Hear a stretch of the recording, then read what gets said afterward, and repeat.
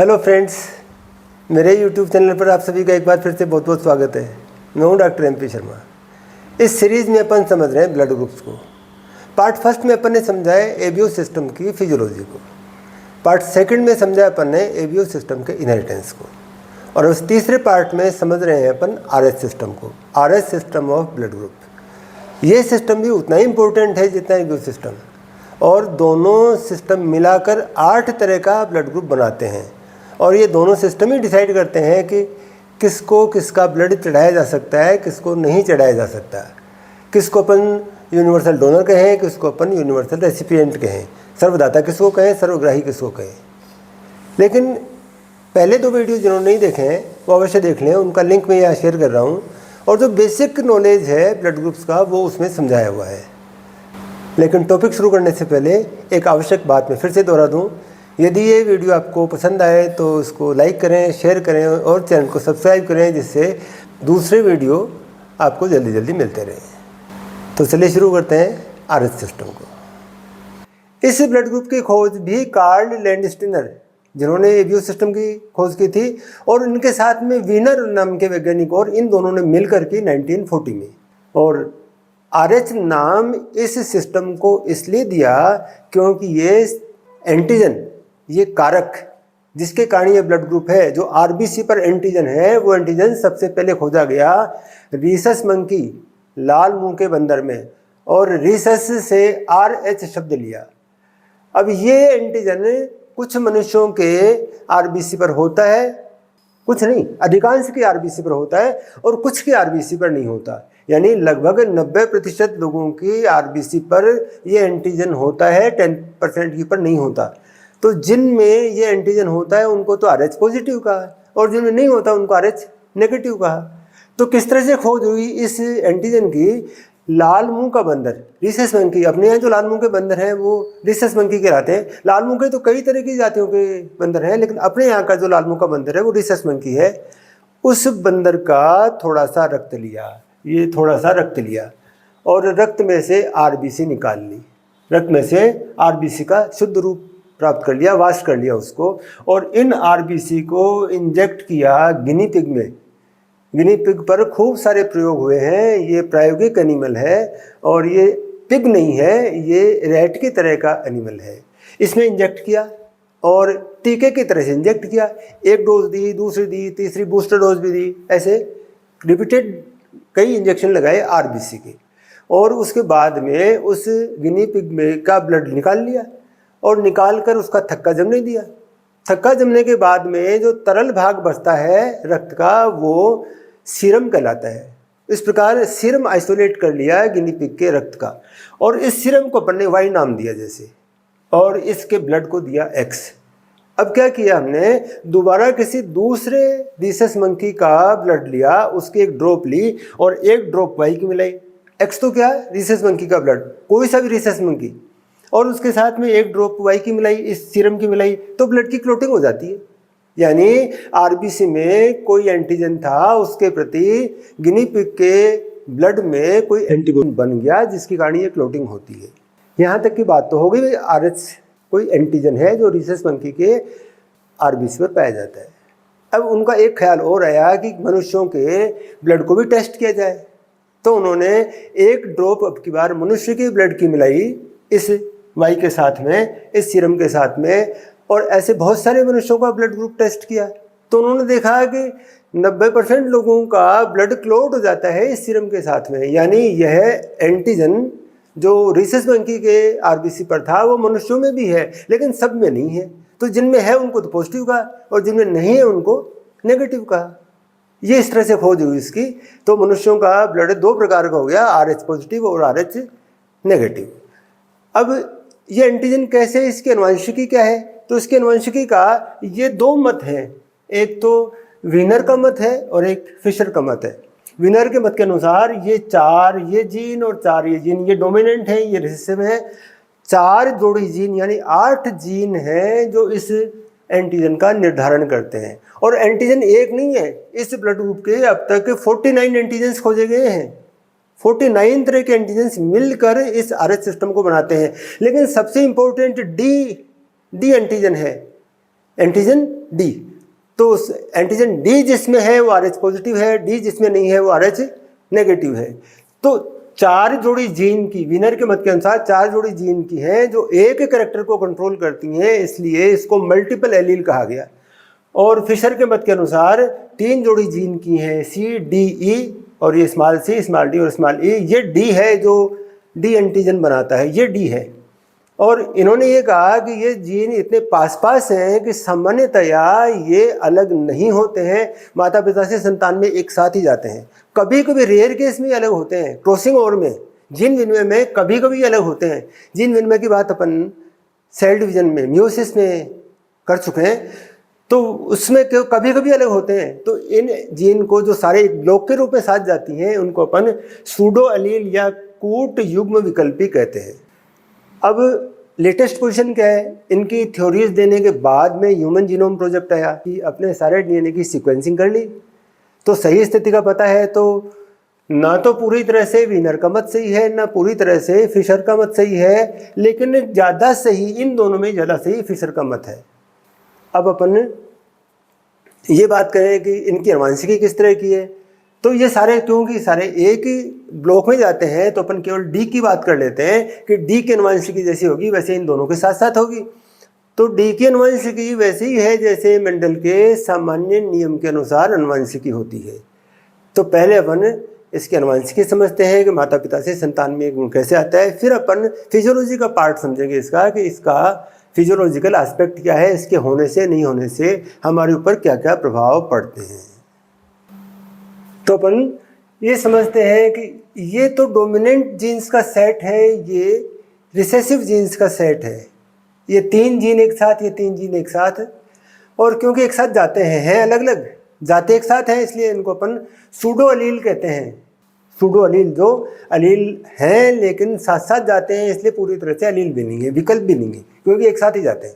इनमें से ये डी इम्पोर्टेंट है, सी और ई को छोड़ देते हैं अपन डी को आधार मानकर इसके आनुवंशिकी को समझते हैं। इनके साथ में इन दोनों को भी जोड़ लें, लेकिन अनावश्यक ज़्यादा नहीं लिखना पड़े, इसके लिए अपन ने केवल डी को आधार बना लिया है। तो माता और पिता दोनों के अंदर जीन एक डोमिनेंट एक रिसेसिव, एक डोमिनेंट एक रिसेसिव, यानी अशुद्ध यानी हेट्रोजाइगस है वो। इसको माता मान लें या इसको पिता मान लें, इसको पिता मानेंगे तो इसको माता मानेंगे, और इसको माता मानेंगे तो इसको पिता मानेंगे। तो 2 प्रकार के मेल गिवेट, 2 प्रकार के फीमेल गिवेट बने, और 4 तरह से निषेचन की संभावना है। एक संभावना ये है कि दोनों कैपिटल डी एक साथ है। ये 2 संभावना इस तरह की हैं जिनमें एक कैपिटल है एक स्मॉल है, और ये एक संभावना ऐसी है 4 में से जिसमें दोनों स्मॉल डी एक साथ है। तो ये RH पॉजिटिव होगा, ये RH पॉजिटिव होगा, ये भी RH पॉजिटिव होगा। तो 3 तो होंगे RH पॉजिटिव 4 में से, और एक होगा RH नेगेटिव। तो माता और पिता दोनों RH पॉजिटिव हैं, लेकिन क्योंकि अशुद्ध हैं इसलिए 3 RH पॉजिटिव और एक RH नेगेटिव। मान लो इनमें से कोई भी एक शुद्ध होगा तो सारे के सारे RH पॉजिटिव होंगे, जो अपन मेंडल के नियमों में पढ़ चुके हैं। तो इस प्रकार ये सामान्य आनुवंशिकी है इसकी, ये इनहेरिटेंस होता है इसका। अभी इस RH एंटीजन के होने से नहीं होने से और रक्त चढ़ाने में क्या महत्व है वो समझते हैं अपन। इस RH एंटीजन के प्रति कोई प्रतिरक्षी हमारे शरीर में जन्म से नहीं होता। जैसे एवियो सिस्टम में जन्म से प्रतिरक्षी भी होती हैं, एंटीजन भी होता है और एंटीबॉडी भी होती है। इसमें केवल जिनमें होता है उनमें एंटीजन ही होता है, एंटीबॉडी नहीं होती हैं जन्म से, पहली बात। दूसरी बात, RH पॉजिटिव व्यक्ति में कभी भी एंटीबॉडी नहीं बन सकती हैं। ये प्रकृति ने व्यवस्था दी है कि जिस व्यक्ति में जैसा एंटीजन होता है उसके प्रति उसके शरीर में एंटीबॉडी नहीं बन सकती हैं। यदि ये बनने लग जाए तो व्यक्ति वैसे ही मर जाएंगे, बिना किसी खून को चढ़ाए ही मर जाएंगे। तो RH पॉजिटिव में कभी RH एंटीबॉडी नहीं बनेगी। अब तीसरी कंडीशन कौन सी है कि RH नेगेटिव व्यक्ति है और उसको खून की आवश्यकता पड़ गई और उसको RH पॉजिटिव रक्त चढ़ा दें अपन, तो पहली बार में जो रक्त चढ़ाया उसमें एंटीजन उसके शरीर में एंटर कर गई और ये ग्राही व्यक्ति के शरीर में एंटीबॉडी बनाने को प्रेरित करता है और धीरे धीरे एंटीबॉडी बनने लगती हैं, धीरे धीरे उनकी मात्रा बढ़ती है। लेकिन जब तक ये एंटीबॉडी काम करने की सांद्रता में आए, काम करने की स्थिति में आए, तब तक उसने जितनी आरबीसी ली थी डोनर से, वो आरबीसी अपनी स्वाभाविक मौत मर जाती हैं। इनके अंदर इतनी एंटीबॉडी नहीं बन पाती हैं कि इन आरबीसी को, जो चढ़ाई गई आरबीसी है, उनको कोई नुकसान पहुंचे और व्यक्ति के कोई नुकसान नहीं होगा। उसको पता भी नहीं लगेगा कि ये ब्लड पॉजिटिव चढ़ गया मेरे, जो मैं तो आरएस नेगेटिव था, ये आरएस पॉजिटिव ब्लड चढ़ गया। लेकिन उस व्यक्ति को फिर से खून की आवश्यकता हुई और उसको अब की बार आरएस पॉजिटिव ब्लड फिर चढ़ा दिया गया है। तो अब की बार ये जो आरएस पॉजिटिव एंटीजन जाएंगी, ये आरएस वाली एंटीजन जाएंगी, ये उसके अंदर बूस्टर डोज का काम करेंगी। अपन जानते हैं कि टीकाकरण में पहली डोज से कोई खास फायदा नहीं होता, दूसरी डोज दी जाती है, फिर बूस्टर डोज दी जाती है, तब जाके पर्याप्त मात्रा में एंटीबॉडी बनती हैं। तो यहाँ पर अब की बार ब्लड चढ़ा दिया, 1 यूनिट का मतलब बूस्टर डोज हो गई तो उसके, तो अब की बार एंटीबॉडी बनने की दर बहुत तीव्र होगी और इतनी तेज़ी से एंटीबॉडी बनेंगी कि ये व्यक्ति जिसको ऊपर ने ब्लड चढ़ाया है वो कुछ दिनों में मर जाएगा, जैसी एंटीबॉडी की सांद्रता पर्याप्त हुई और इस व्यक्ति की मृत्यु हो जाएगी। तो किसी भी आरएच नेगेटिव व्यक्ति को आरएच पॉजिटिव ब्लड नहीं चढ़ाना चाहिए। तो पहली बार में कोई हानि नहीं होती, लेकिन दूसरी बार में हानि होने की संभावना होती है। किसी भी आरएच पॉजिटिव व्यक्ति को आरएच पॉजिटिव ब्लड भी चढ़ा सकते हैं, आरएच नेगेटिव ब्लड भी चढ़ा सकते हैं, कोई हानि नहीं होती। लेकिन फिर वही बात जो अपने इम्यून सिस्टम में डिस्कस की थी, प्रोटोकॉल के हिसाब से जिस व्यक्ति का जैसा ब्लड होता है उसको उसी ग्रुप का ब्लड चढ़ाया जाता है। पॉजिटिव वाले को पॉजिटिव का ही चढ़ाया जाता है, नेगेटिव वाले को नेगेटिव का ही चढ़ाया जाता है। ऐसा नहीं होता कि आरएच पॉजिटिव वाले को आरएच नेगेटिव का ब्लड चढ़ा दिया जाए, क्योंकि ये तो चढ़ा सकते हैं, ये प्रोटोकॉल की बात है। ब्लड ग्रुप के एबीओ सिस्टम का उपयोग केवल ब्लड ट्रांसफ्यूजन में है, इसके अलावा और कोई महत्व नहीं है। जब ब्लड चढ़ाना हो किसी को तो ज्ञात होना जरूरी है कि जिसको ब्लड चढ़ा रहे हैं उसका तो ग्रुप कौन सा है और जिसका चढ़ा रहे हैं उसका कौन सा है। लेकिन आरएच सिस्टम का महत्व संतान उत्पत्ति में भी है। यदि माता और पिता का ब्लड ग्रुप खास तरह का हो तो कुछ हानिकारक परिस्थिति पैदा होती है। 4 तरह की परिस्थितियाँ हैं।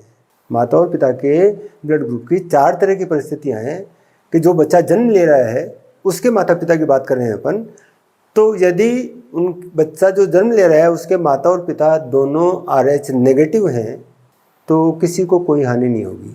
माता और पिता का तो कभी हानि होती नहीं है, बात हानि होती है तो बच्चे की होती है, तो बच्चे को हानि नहीं होगी। माता और पिता यदि दोनों आरएच पॉजिटिव हैं तो भी बच्चे को कोई हानि नहीं होगी। यदि पिता आरएच नेगेटिव है, माता आरएच पॉजिटिव है तो भी कोई हानि नहीं होगी। यानी इन तीनों परिस्थितियों में होने वाले बच्चे को कोई हानि नहीं होगी। चौथी परिस्थिति, ये ध्यान देने वाली बात है, इसलिए मैंने इसको स्टार मार्क किया है। माता तो है आरएच नेगेटिव और पिता है आरएच पॉजिटिव। वापस दोहराऊं, माता तो है आरएच नेगेटिव, पिता है आरएच पॉजिटिव। तो इनकी संतान पर क्या प्रभाव पड़ता है इसको समझते हैं अपन। तो ये है जेनेटिक्स के हिसाब से, ये पिता आरएच पॉजिटिव है, माता आरएच नेगेटिव है।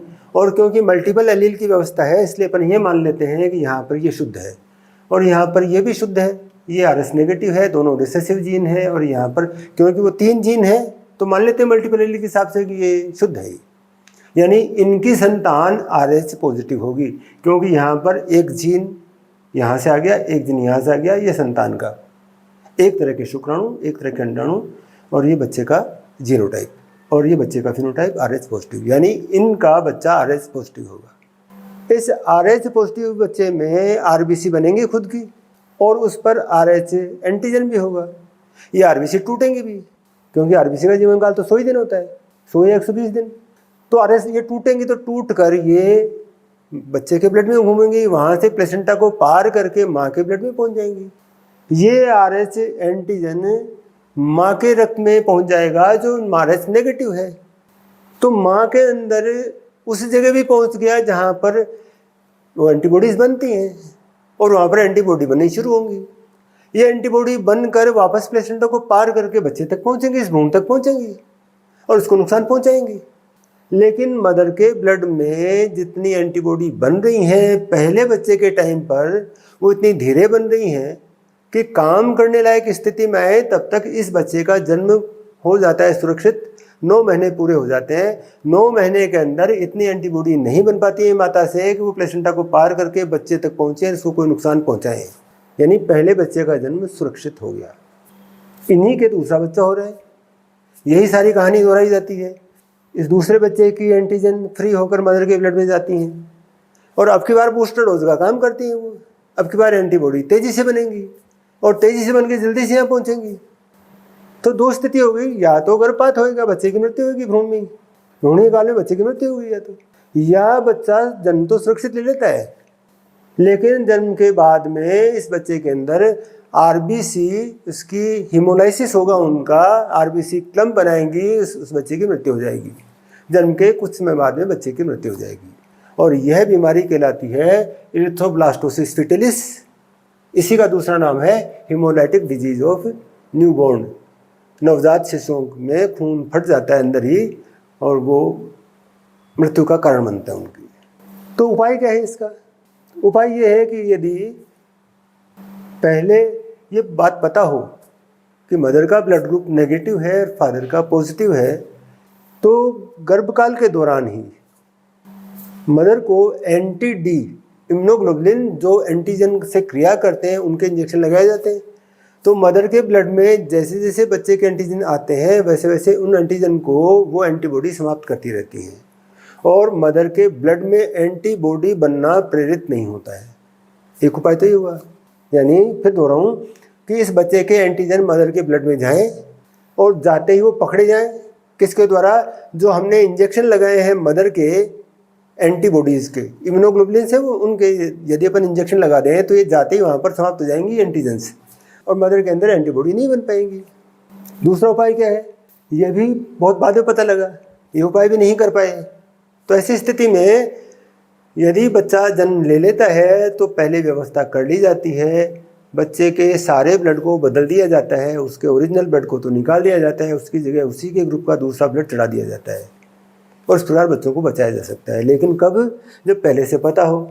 और एक जो अच्छी बात नहीं है वो ये कि हमारे यहाँ तो 50% लोगों को ही अपने ब्लड ग्रुप का पता है, और 50% तो मैं ज़्यादा बोल रहा हूँ, हमारे यहाँ तो लोगों को अपने ब्लड ग्रुप का पता ही नहीं होता। हालांकि जो लोग डॉक्टर के संपर्क में आते हैं, जो महिलाएं प्रेगनेंसी के दौरान डॉक्टर के संपर्क में आती हैं, वहाँ पर डॉक्टर उनके ब्लड ग्रुप की जांच करवाता है, और यदि महिला का ब्लड ग्रुप नेगेटिव है तो उसके हस्बैंड को बुलाकर उसके ब्लड ग्रुप की भी जांच की जाती है, और वो पॉजिटिव निकलता है। यदि वो नेगेटिव निकलता है तो कोई परेशानी नहीं है, वो पॉजिटिव निकलता है तो ये सारे इंतजाम कर लिए जाते हैं हमारे यहाँ। जब हालांकि इस बात की संभावना इसलिए कम हो जाती है कि हमारे यहाँ 93% लोग RH पॉजिटिव हैं, 93% महिलाएं भी RH पॉजिटिव हैं, और 93% पुरुष भी RH पॉजिटिव हैं। तो इस प्रकार की संभावनाएं बनती तो कम हैं, लेकिन फिर भी बनती हैं। ये इरिथ्रोब्लास्टोसिस फीटलिस। ब्लड ग्रुप के दोनों सिस्टम्स को मिला दें अपन तो 8 तरह के ब्लड ग्रुप बन जाते हैं। जैसे ब्लड ग्रुप ए 2 तरह का हो गया, ए पॉजिटिव और ए नेगेटिव। इसी तरह से बी भी 2 तरह का हो गया, बी पॉजिटिव और बी नेगेटिव। ए बी भी 2 तरह का, ए बी पॉजिटिव और ए बी नेगेटिव। ओ भी 2 तरह का, ओ पॉजिटिव और ओ नेगेटिव। तो कुल मिलाकर ब्लड ट्रांसफ्यूजन में ये 8 तरह के ब्लड ग्रुप बन गए, 4 तो एबीओ सिस्टम के और 2 आरएच सिस्टम के, कुल मिलाकर 8 हो गए ये। अब अपन ने एबीओ सिस्टम में पढ़ा था कि ओ को अपन सर्वदाता कहते हैं और एबी को अपन सर्वग्राही कहते हैं। पहले सर्वदाता की बात करें, दाता की बात पहले होनी चाहिए। तो सर्वदाता में ये अपन जानते हैं कि RH नेगेटिव को RH पॉजिटिव ब्लड नहीं चढ़ा सकते, तो ये तो इसको भी ब्लड नहीं दे सकता। कोई भी पॉजिटिव किसी भी नेगेटिव को ब्लड नहीं दे सकता। RH positive blood RH positive के ही चढ़ाया जा सकता है, RH नेगेटिव के नहीं चढ़ाया जा सकता। तो RH के कारण ये O पॉजिटिव O नेगेटिव को भी ब्लड नहीं दे सकता, इसलिए O पॉजिटिव तो यूनिवर्सल डोनर नहीं हो सकता। O नेगेटिव इन सबको दे सकता है। तो O नेगेटिव है सर्वदाता। अब अपन सर्वग्राही की बात करते हैं। तो AB नेगेटिव ब्लड नहीं ले सकता AB पॉजिटिव से, ये नेगेटिव इसी से भी ब्लड नहीं ले सकता, तो ये सर्वग्राही कैसे हो सकता है? ये तो किसी भी पॉजिटिव का ब्लड नहीं ले सकता। कौन ले सकता है? AB पॉजिटिव ले सकता है। AB पॉजिटिव होगा सर्वग्राही, AB नेगेटिव नहीं हो सकता सर्वग्राही, AB पॉजिटिव होगा सर्वग्राही।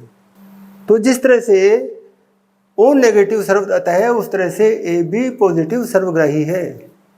अब एक बात मैं दोहरा दूं जो मैंने एबीओ सिस्टम के समय कही थी कि O नेगेटिव इसलिए सर्वदाता है क्योंकि इसके अंदर कोई एंटीजन नहीं है। देने वाले का एंटीजन देखा जाता है और इसमें दोनों ही सिस्टम के एंटीजन नहीं है, इसलिए ओ नेगेटिव सर्वदाता है। ये सर्वग्राही क्यों है? क्योंकि ग्राही का एंटीबॉडी देखा जाता है।